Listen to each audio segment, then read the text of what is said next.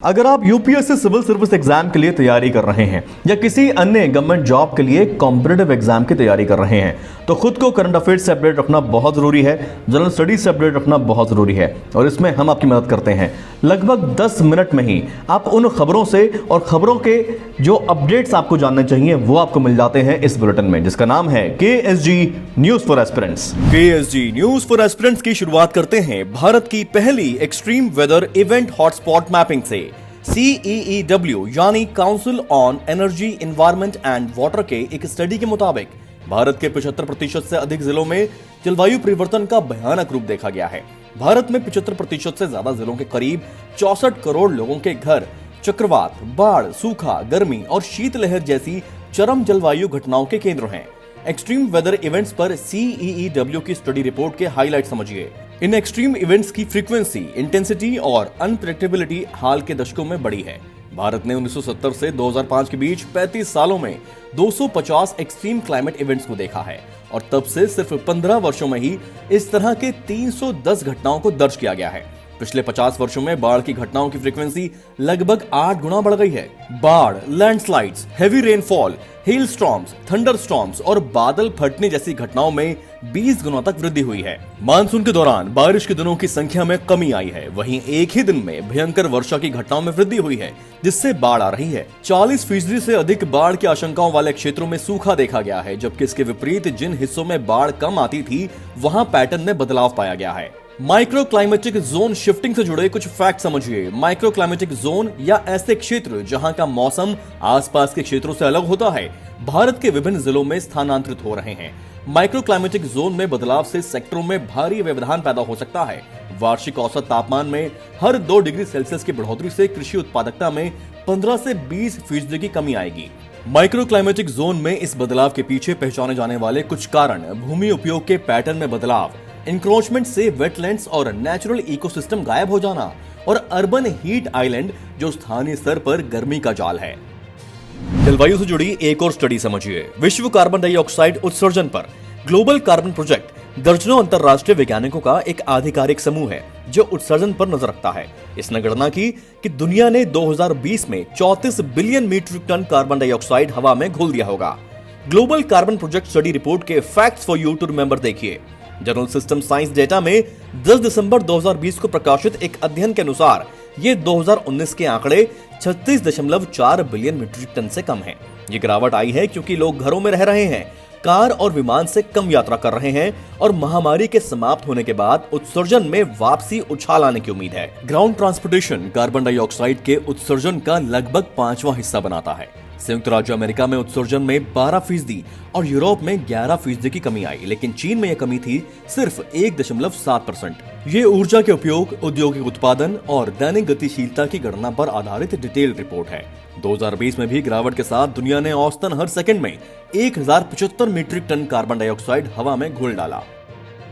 अब संयुक्त राष्ट्र महासभा के नए रेजोल्यूशन की बात करते हैं। अफगानिस्तान की बेहतरी के लिए संयुक्त राष्ट्र का संकल्प, भारत समेत 130 देशों ने किया समर्थन, रूस का विरोध।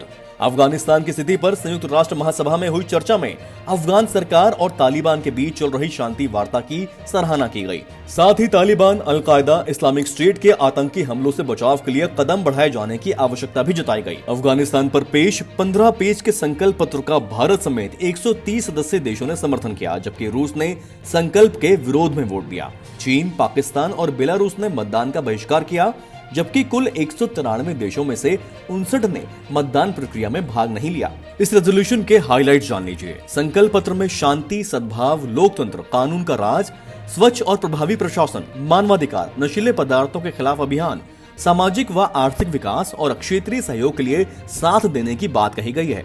संकल्प में अफगानिस्तान में जारी हिंसा और हमलों पर चिंता जताते हुए उसकी निंदा की गई। कहा गया कि इनमें जिस तरह से बड़ी संख्या में लोगों की जान गई है वह अस्वीकार्य है। हिंसा पर तत्काल रोक लगनी चाहिए, जिससे शांति स्थापना और विकास के लक्ष्यों को प्राप्त किया जा सके। शांति स्थापित करने के लिए अफगानिस्तान सरकार और तालिबान को परस्पर विश्वास बढ़ाने वाले कदम उठाने चाहिए। इससे हिंसा में कमी आएगी और उसे नियंत्रण करने में भी मदद मिलेगी। संयुक्त राष्ट्र महासभा ने अफगानिस्तान में सुरक्षा के हालात पर गंभीर चिंता जताई। कहा कि तालिबान, इसके अंग हक्कानी नेटवर्क, अल-कायदा और इस्लामिक स्टेट से अफगानिस्तान की सुरक्षा स्थितियों को भारी खतरा है। इन संगठनों की ओर से लगातार हमले हो रहे हैं जिनसे जान माल का भारी नुकसान हो रहा है। अब बात करते हैं India work place equality index की। India work place equality index की शॉर्ट फॉर्म है IWAI, जिसे एम्प्लॉयर्स के लिए देश के पहले व्यापक बेंचमार्किंग टूल के रूप में पेश किया गया, जो वर्क प्लेस पर LGBT+ इंक्लूजन पर प्रगति को मापने के लिए शुरू किया गया है। इसकी पहली रिपोर्ट में लगभग 65 कंपनियों के डाइवर्सिटी और इंक्लूजन प्रैक्टिसेस डाटा शेयर किए गए थे और उनके बीच विजेताओं की घोषणा की गई। India work place equality index के मायने जान लेते हैं। धारा 377 पर सर्वोच्च न्यायालय के ऐतिहासिक निर्णय के 2 साल बाद IWAI आया है। एक्टिविस्ट केशव सूरी ने अपने non profit Keshav Suri foundation के माध्यम से IWAI को इंडिया इंक लाने के लिए प्राइड सर्कल, स्टोनवेल UK और फिक्की के साथ साझेदारी की।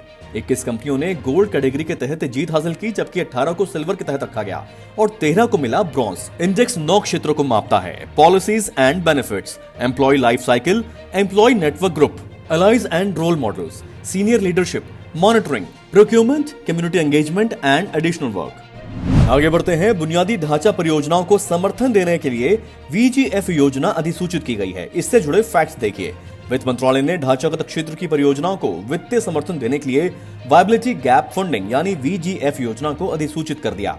इसके तहत वित्तीय समर्थन देने के लिए ढांचागत क्षेत्र की परियोजनाओं को चुना जाएगा ताकि इस क्षेत्र को बढ़ावा दिया जा सके। वित्त मंत्रालय द्वारा अधिसूचित इस योजना के तहत आर्थिक मामलों के सचिव की अध्यक्षता में गठित अधिकार प्राप्त समिति 200 करोड़ रुपए तक का वित्त पोषण की मंजूरी दे सकेगी, जबकि 200 करोड़ रुपए से अधिक की वित्तीय सहायता के लिए वित्त मंत्री की मंजूरी लेने के बाद समिति ये काम कर सकेगी। इस योजना को scheme for financial support to public private partnership in infrastructure के नाम से जाना जाएगा। ये केंद्रीय क्षेत्र की योजना होगी जिसे वित्त मंत्रालय द्वारा देखा जाएगा।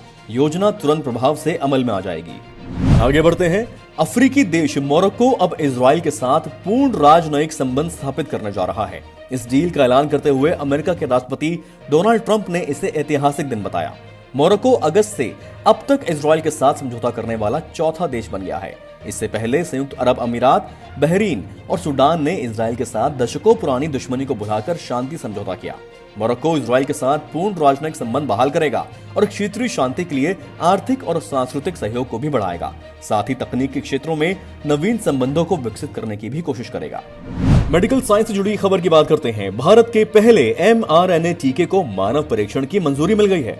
भारत के पहले स्वदेशी mRNA वैक्सीन उम्मीदवार HGCO19 को भारतीय ड्रग नियामकों से चरण 1 और 2 की ह्यूमन क्लिनिकल ट्रायल शुरू करने की मंजूरी मिल गई है। पुणे की कंपनी जिनोवा अमेरिकी कंपनी HDT बायोटेक कॉर्पोरेशन के साथ मिलकर इस mRNA वैक्सीन का विकास कर रही है। ये डिपार्टमेंट ऑफ बायोटेक्नोलॉजी के IND-CEPI मिशन के तहत सीड ग्रांट से समर्थित है। mRNA वैक्सीन प्रतिरक्षा क्षमता के पारंपरिक मॉडल पर काम नहीं करती। mRNA वैक्सीन वायरस के कृत्रिम RNA के जरिए शरीर में ऐसे प्रोटीन पैदा करती है जो कोरोना वायरस से लड़ने में कारगर होती है। mRNA वैक्सीन को ज्यादा सुरक्षित माना जाता है क्योंकि यह गैर संक्रामक और गैर एकीकृत होती है।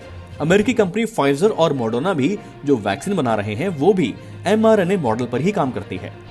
फिटनेस का डोज आधा घंटा रोज कैंपेन की बात करते हैं। वर्ल्ड हेल्थ ऑर्गेनाइजेशन ने भारत को फिटनेस का डोज आधा घंटा रोज अभियान के लिए सराहा है। इस अभियान को 1 दिसंबर को केंद्रीय युवा मामलों और खेल मंत्री किरण रिजिजू द्वारा राष्ट्रव्यापी फिट इंडिया मूवमेंट के भाग के रूप में शुरू किया गया था। इस अभियान ने बॉलीवुड, खिलाड़ी, लेखक, डॉक्टर, फिटनेस और अन्य विभिन्न क्षेत्रों की हस्तियों का समर्थन प्राप्त किया है, जिन्होंने हर दिन 30 मिनट की फिटनेस के मूल मंत्र का पालन करने के लिए भारतीयों से उत्साहपूर्वक आग्रह किया। सस्टेनेबल माउंटेन डेवलपमेंट समिट यानी SMDS के बारे में जान लीजिए। इसका 9वां संस्करण देहरादून में हो रहा है। माइग्रेशन, जल सुरक्षा, जलवायु लचीलापन और कृषि क्षेत्र के लिए अभिनव समाधान और भारतीय हिमाचल क्षेत्र में आपदा जोखिम में कमी जैसे मुद्दों पर विचार विमर्श करना IMI यानी इंडियन माउंटेन इनिशिएटिव द्वारा आयोजित 4 दिवसीय शिखर सम्मेलन का मुख्य उद्देश्य है। पहाड़ों के लिए तत्काल ध्यान देने और प्रासंगिक बनाने के लिए हर साल 3 से 5 मुख्य विषयों को डिस्कशन और डिबेट के लिए चुना जाता है। इस अभ्यास से निकलने वाले निष्कर्ष और सिफारिशें IMI द्वारा बाद में कार्रवाई योग्य आउटपुट के लिए अपनाई जाती हैं। इस साल के लिए विषय एक लचीला पोस्ट कोविड-19 माउंटेन अर्थव्यवस्था, अनुकूलन, नवाचार और त्वरण के निर्माण के लिए उभरते रास्ते हैं। पहला संस्करण 2011 में नैनीताल में आयोजित किया गया था। KSG न्यूज फॉर एस्पिरेंट्स के आज के बुलेटिन में इतना ही। मुझे पूरी उम्मीद है ये खबरें जो आप देख रहे हैं ये आपको अच्छे से समझ भी आ रही होंगी। KSGindia.com विजिट करना ना भूलें, बहुत सारा स्टडी मटेरियल वहां पर भी अवेलेबल है। कोई भी इंपॉर्टेंट बुलेटिन आपसे मिस ना हो जाए, कोई इंपॉर्टेंट वीडियो आपसे छूट ना जाए, इसीलिए आप इस चैनल को सब्सक्राइब करना ना भूलें और अपनी तैयारियां इसी तरह जोर शोर से करते रहें और मोटिवेटेड रहें। Thank you, best of luck.